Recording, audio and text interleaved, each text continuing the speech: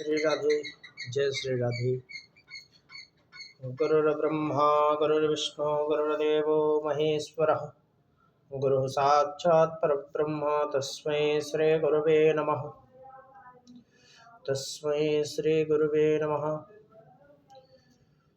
गंगातरङ्गरमणीयजटाकलापं गौरी निरन्तरविभूषितवामभागं नारायणप्रियमदङ्गमदापहारं वाराणसीं पुरवतीं भज विश्वनाथं। जयन्ती मङ्गला काली भद्रकाली कपालिनी दुर्गा क्षमा शिवा धात्रे स्वाहा स्वधा नमोऽस्तुते।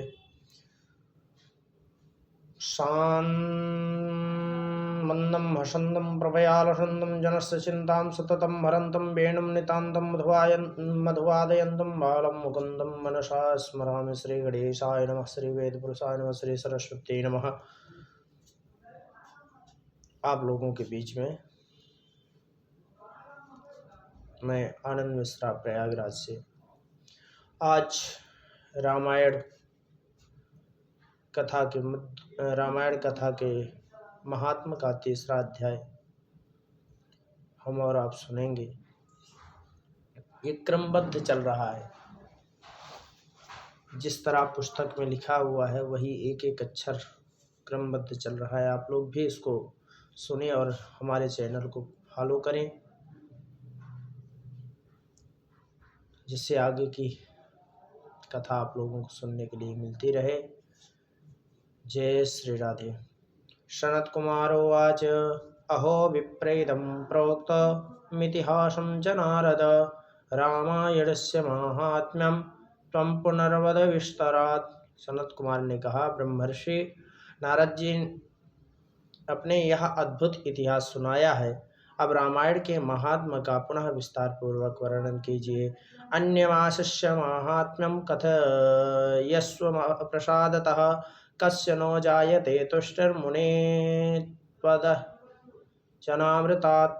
आपने कार्तिक मास में रामायण के श्रवण की महिमा बताई, अब कृपा पूर्वक दूसरे मास का महात्म्य बताइए। मुने, आपके वचनामृत से किसको संतोष नहीं होता। नारद उवाच सर्वे यूयं महाभागा कृतार्था नात्र संशयः यथा प्रभावं रामस्य भक्तितः श्रोतुमुद्यताः। नारद जी ने कहा, महात्माओं, आप सब लोग निश्चय ही बड़े भाग्यशाली और कृतकृत्य हैं, इसमें संशय नहीं है, क्योंकि आप भक्ति भाव से भगवान श्री राम की महिमा सुनने के लिए उद्यत हुए हैं। माहात्म्य श्रवणं यस्य राघवस्य कृतात्मना दुर्लभं प्राहुरत्यन्तं मुनयो ब्रह्मवादिनः। ब्रह्मवादी मुनियों ने भगवान श्री राम के महात्मा का श्रवण पुण्यात्मा पुरुषों के लिए परम दुर्लभ बताया है। श्रृणद्वम्रसयश्चित्रमितिहासं पुरातनं सर्वपापप्रशमनं सर्वरोगविनाशनम्। महर्षियों, अब आप लोग एक विचित्र पुरातन इतिहास सुनिए, जो समस्त पापों का निवारण और संपूर्ण रोगों का विनाश करने वाला है। आसीत पुरा द्वापरे च सुमतिर्नाम भूपतिः सोमवंशोद्भवः श्रीमान् सप्तद्वीपैकनायकः। पूर्व काल की बात है, द्वापर में सुमति नाम से प्रसिद्ध एक राजा हो गए हैं। उनका जन्म चंद्रवंश में हुआ था और वे श्री संपन्न और सातों द्वीपों के एकमात्र सम्राट थे। धर्मात्मा सत्य संपन्ना सर्व संपद विभूषितः सदा राम कथा सेवी राम पूजा परायणः।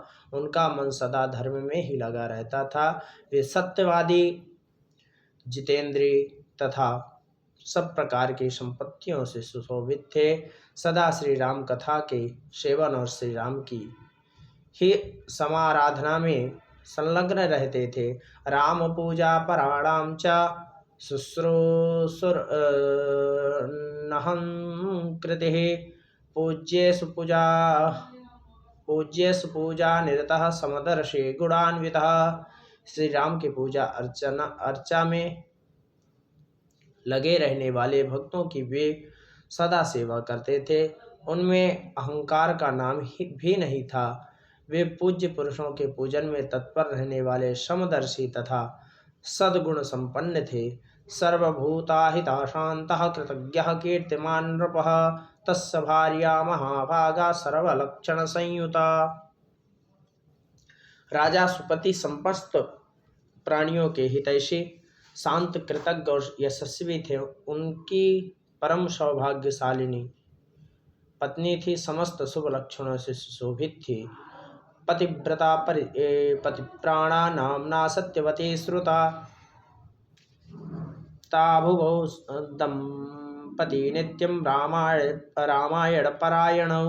उसका नाम सत्यवती था, वह पतिव्रता थी, पति में ही उसके प्राण बसते थे। वे दोनों पति पत्नी सदा रामायण के ही पढ़ने और सुनने में संलग्न रहते थे।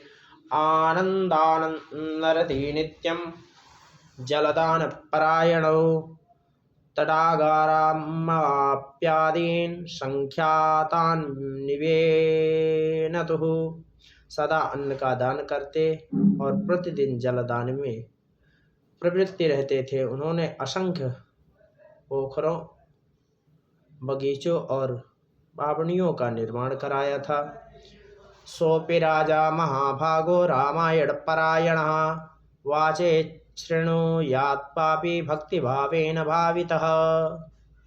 महाभाग राजा सुमति भी सदा रामायण के ही अनुशीलन में लगे रहते थे। वे भक्तिभाव से भावित हो रामायण को ही वांचते अथवा सुनते थे। एवं राम परम नित्यम राजानां धर्म कोविदम तस्य प्रियां सत्यवतीं